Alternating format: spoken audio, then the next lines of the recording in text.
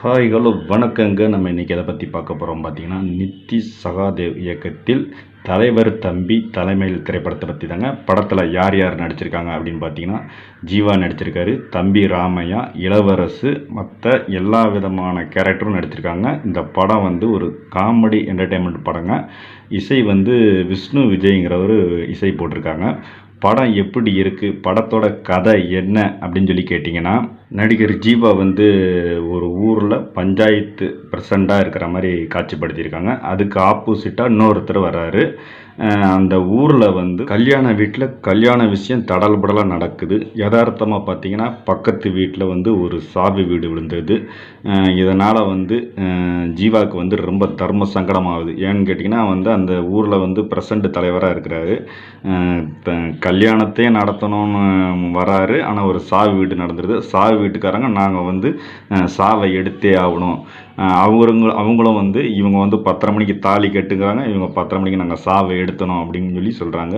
இந்த பஞ்சாயத்துக்கு நடுவில் ஜீவா மாட்டியிருக்காரு. இந்த பிரச்சனையை தீர்த்தாரா இல்லையாங்கிறதாங்க இந்த படத்தோடைய கதை. படத்தில் நடித்த எல்லா விதமான கேரக்டரும் சூப்பராக நடிச்சிருக்காங்க. ஏன்னு கேட்டிங்கன்னா, வந்து இது வந்து நல்லா காமெடி, நல்லா ஒர்க் அவுட் ஆகிருக்கு.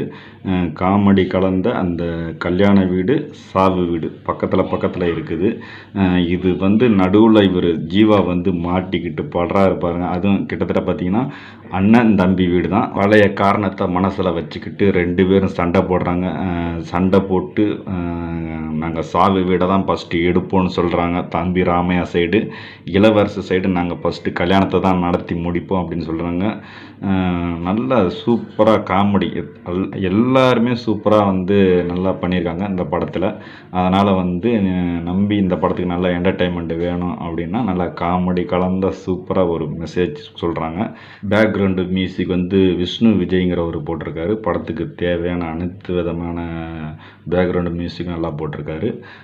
மொத்தத்தில் இந்த படம் எப்படி இருக்குது அப்படின்னு சொல்லி கேட்டிங்கன்னா, நல்லா உங்களுக்கு என்டர்டெயின்மெண்ட் வேணும், நல்லா ஜாலியாக சிரிக்கணும், நல்லா ஃபேமிலியோடு போய் பார்க்கணும் அப்படின்னு சொன்னிங்கன்னா தாராளமாக தலைவர் தம்பி தலைமையில்.